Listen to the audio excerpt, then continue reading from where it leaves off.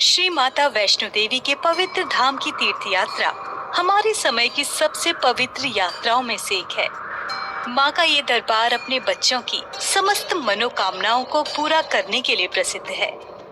श्री माता वैष्णो देवी त्रिकुटा नामक 3 शिखर पर्वत की तहों में स्थित एक पवित्र गुफा में निवास करती हैं। पवित्र गुफा हर साल लाखों भक्तों को आकर्षित करती है।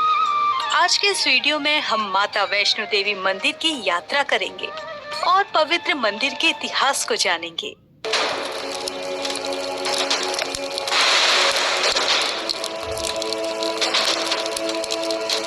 पुराणों के अनुसार त्रेता युग के दौरान कई बुरी ताकतों ने धरती माता भूमि देवी को धमकाना और उन पर हमला करना शुरू कर दिया। भूमि देवी अपनी इस पीड़ा में देवताओं की त्रिमूर्ति अर्थात भगवान ब्रह्मा, भगवान विष्णु और भगवान शिव के पास गईं। लेकिन ये बहुत आश्चर्यजनक था कि त्रिमूर्ति भी उन्हें बुरी ताकतों से बचाने में असमर्थ थी। ये देखकर त्रिमूर्ति की पत्नियों देवी सरस्वती, देवी लक्ष्मी और देवी काली ने अपनी सामूहिक आध्यात्मिक शक्ति को एकत्र किया। उस स्थान पर आश्चर्यजनक रूप से एक उज्जवल प्रकाश निकला, जहाँ तीनों रूपों के तेजस का संगम हुआ और इस तेजस से एक सुंदर युवा बालिका उत्पन्न हुई। उस बालिका ने उनसे पूछा, मुझे क्यों उत्पन्न किया गया है? देवी ने उसे समझाया कि उसे इसलिए बनाया गया है ताकि वो पृथ्वी पर रह के अपने समय को धार्मिकता को बहाल करने में व्यतीत करे। देवी ने कहा, अब तुम रत्नाकर और उसकी पत्नी के घर जन्मोगी, जो भारत के दक्षिणी भाग में रहते हैं और वो हमारे महान भक्त भी हैं। धरती पर रहते हुए तुम्हें धार्मिकता को बनाए रखना है और खुद को आध्यात्मिक रूप से इतना विकसित करना है जिससे तुम चेतना के उच्च स्तर तक पहुंच जाओ।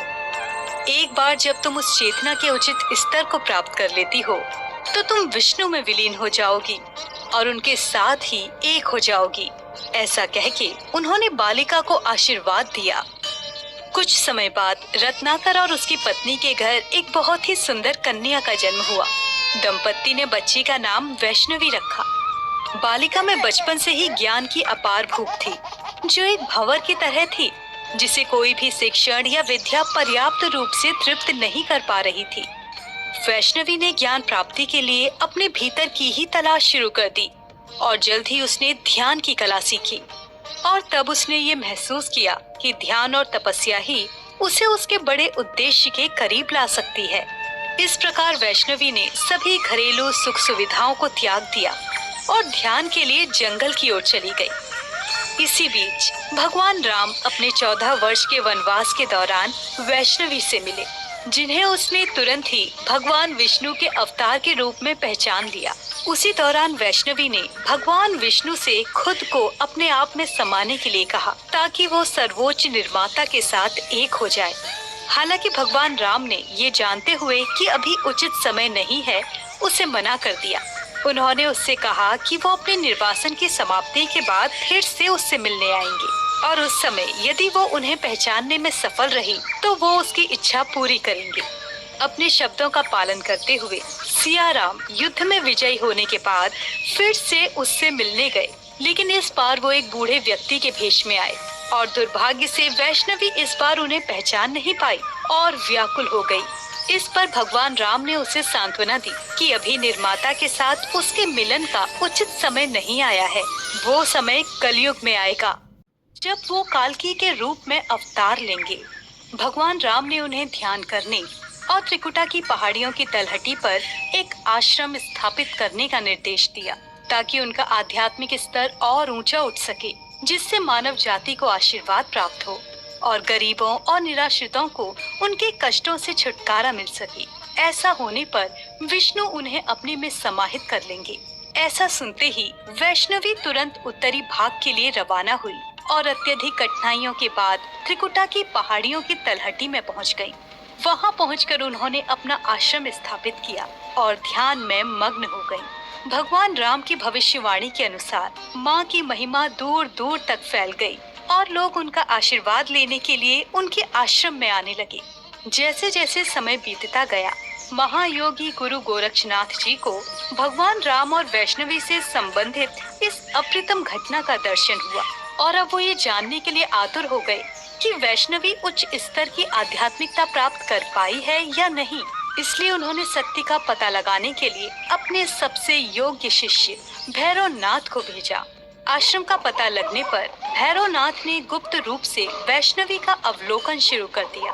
उन्होंने महसूस किया कि एक साध्वी होते हुए भी वो हमेशा अपने साथ धनुष बाण रखती थी और हमेशा वानरों और खूंखार शेरों से घिरी रहती थी।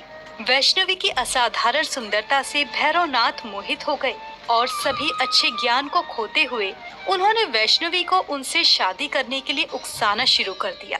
इसी बीच वैष्णवी के एक परम भक्त पंडित श्रीधर ने एक सामुदायिक भोजन का आयोजन किया, जिसमें पूरे गांव, महायोगी गोरक्षनाथ जी और उनके शिष्य भैरव सहित उनके सभी अनुयायियों को आमंत्रित किया गया। भोज के दौरान भैरवनाथ ने वैष्णवी को पकड़ने का प्रयास किया। वैष्णवी ने भी खुद के बचाव की पूरी कोशिश की, लेकिन जब वो ऐसा करने में असफल होती दिखी तो उसने अपनी तपस्या को बिना किसी बाधा के जारी रखने हेतु पहाड़ों में भागने का फैसला किया। हालांकि भैरवनाथ ने वहाँ भी उनका पीछा नहीं छोड़ा। देवी वर्तमान नाम से चर्चित बाण गंगा, चरण पादुका और अर्धकुंवारी में रुकने के बाद अंततः पवित्र तीर्थ गुफा तक पहुँच गयी। देवी ने भैरव से टकराव की स्थिति को पूर्णतः टालना चाहा, परंतु कोशिशों के बावजूद भी भैरवनाथ ने उनका पीछा करना जारी रखा। इस कारण देवी उन्हें मारने को मजबूर हो गयी। भैरवनाथ को अपने बुरे कर्म के लिए अब भाग्य का सामना करना पड़ा और देवी ने गुफा के द्वार पर ही उनका सिर काट दिया। भैरव का कटा हुआ सिर दूर पहाड़ी की चोटी पर जोर के साथ जा गिरा। अपने अंत समय में भैरवनाथ को अपने कर्म की निरर्थकता का एहसास हुआ और उन्होंने देवी से क्षमा याचना की। सर्वशक्तिमान देवी ने भी भैरव पे दया की और उन्हें वरदान दिया कि देवी के हर भक्त को उनके दर्शन के बाद भैरव के दर्शन करने ही होंगे और तभी एक भक्त की यात्रा पूरी होगी। जैसे जैसे समय बीतता गया, इसी बीच वैष्णवी ने अपने मानव रूप को छोड़ने का फैसला किया और एक चट्टान को अस्तित्व मान उसमें खुद को हमेशा के लिए ध्यान मग्न कर समाहित कर दिया।